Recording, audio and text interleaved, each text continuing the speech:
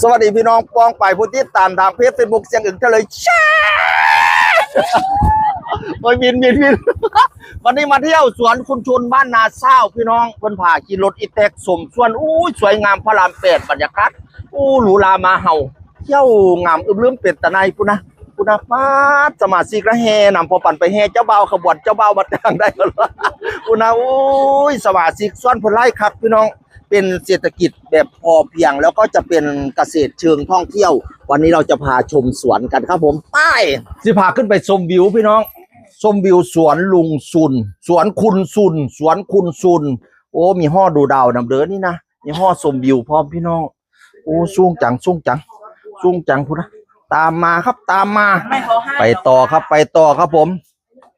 ป้านคือขึ้นมาไล่คนแท้ถ้าได้ยินเสียงดังว่าแกะเราฟาวเลนลงกันสิเนาะไปรอบ2เอาลงไปก่อนมีคนบอก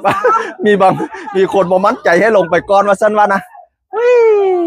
บ่ต้องยันป้าดสวยงามมากครับผมโอ้ยตาลีกลตากล้องเขาดีพี่น้องมาซ่อมรถกันผู้ยานกระยานพี่น้องคุณนะโอ้โหวิวสวนคุณซุนส่วนขุนศุลพี่น้องส่วนขุนศุลว่าพวกเราทางพุ่นที่เป็นเป็นนาเป็นแปลงอะไรอีกหลายแปลงเนี่ยส่วนอย่างส่วนซักมันบังอยู่พี่น้องนี่นะมุมนี้จะเป็นสวนกระทกลกพี่น้องเอ๋ยจังหน่อยกะซีเขี้ยวอึบลืมเต็มแล้วตอนนี้นะมันกำลังเพอยู่นี่นะเครือกำลังเพออกไปนะครับผมสวยงามพระราม8เอามากองทอนกันอยู่นั้นมันสิบอกแกะลงนั้นดิมุมนี้เป็นปลาหยางพี่น้องนี่นะนี่คือหอดูดาวจุดชมวิวคุณนะพี่น้องก็สิมีห้องพักเป็นบอนไว้อนาคตจะเป็นเกษตรเชิงท่องเที่ยวพี่น้องนี่นะเอาก็สิเป็นเป็นโฮมสเตย์เป็นฟาร์มสเตย์สินี่นะมุมนั้นจะเป็นบักเขือเป็นกระเจี๊ยบ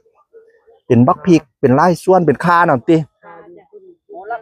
โหระพาส่วนใหญ่จะเป็นพืชผักสวนครัวเนาะพืชผักสวนครัวกระทกลกครับผม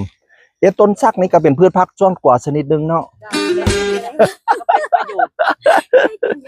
กินกันได้ข้างถึงนี่มีลอกพร้อมพวกนะพี่น้องมีลอกไปดึงอุปกรณ์ต่างๆขึ้นมานี่นะ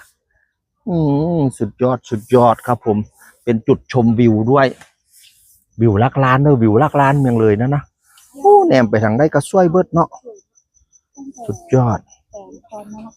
เดี๋ยวเราจะพาเราลงไปดูข้างล่างต่อครับผมอย่าลืมเด้อที่พี่น้องได้สนใจมาเที่ยวมาเด้อเป็นเกษตรเชิงท่องเที่ยวเกษตร